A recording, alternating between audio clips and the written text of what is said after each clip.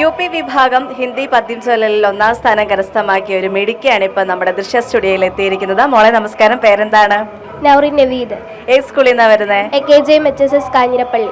അപ്പൊ എന്താ ഈ ഹിന്ദി എടുക്കാനായിട്ട് കാരണം സബ്ജക്റ്റ് ഉണ്ടോ? ഹിന്ദി ഉണ്ട്. അപ്പൊ ഹിന്ദി ഇഷ്ടമാണോ? ഇഷ്ടമാണ്. ഹിന്ദി അറിയാമോ? അറിയാം. ഓ, നല്ല കോൺഫിഡൻസ് ആയിട്ടാണ് പറയുന്നത് ഹിന്ദി അറിയാന്ന്.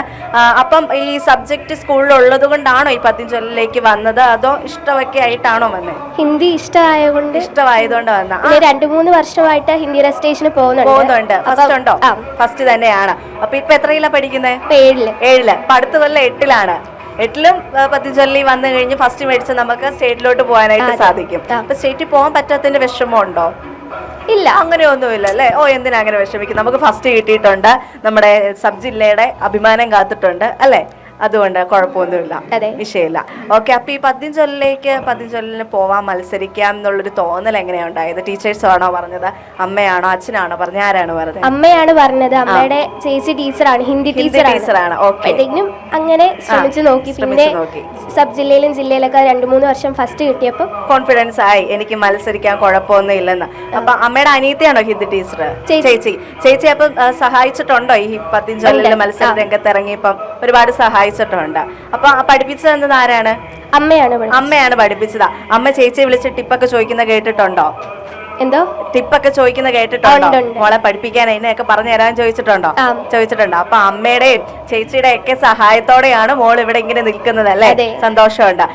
വീട്ടിലേക്ക് വിളിച്ച് പറഞ്ഞോ? ബാക്കിയുള്ളവരോടൊക്കെ പറഞ്ഞോ ഫസ്റ്റ് കിട്ടിയിട്ടുണ്ടെന്ന്? സ്പോട്ടിൽ തന്നെ പറഞ്ഞായിരിക്കും അല്ലെ. സ്കൂളിലേക്കും പറഞ്ഞോ? പറഞ്ഞു. എന്ത് പറഞ്ഞു സ്കൂളുകാർ, ഫ്രണ്ട്സ് ഒക്കെ എന്ത് പറഞ്ഞു? ഫ്രണ്ട്സിനോടൊന്നും പറഞ്ഞില്ല. അത് പത്രത്തിൽ ഫോട്ടോ കാണും പറഞ്ഞാൽ മതി എന്നാണോ?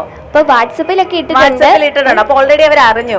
പണ്ടത്തെ പോലെ ഒന്നല്ല, ഇപ്പൊ ഭയങ്കര സോഷ്യൽ മീഡിയ ഉള്ളതുകൊണ്ട് അവർ പെട്ടെന്ന് അറിയല്ലേ. ഓക്കെ. അപ്പൊ നമ്മുടെ പ്രേക്ഷകർക്ക് വേണ്ടിട്ട് ഹിന്ദി പദ്യം ചൊല്ലിന്റെ ഒരു 4 പേര്.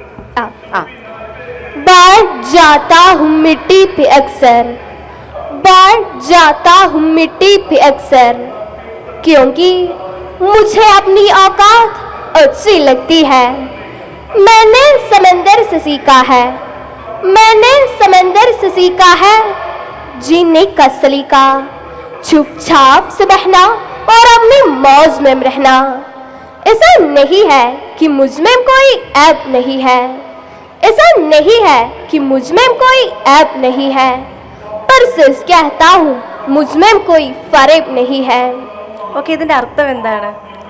ഇത് ഹരിവംശറായ് ബച്ചന്റെ പ്രശസ്തമായിട്ടുള്ള ഒരു കവിതയാണ്. ആ കവിതയാണല്ലേ. ഒരു മോട്ടിവേഷൻ സോങ് ആണ്.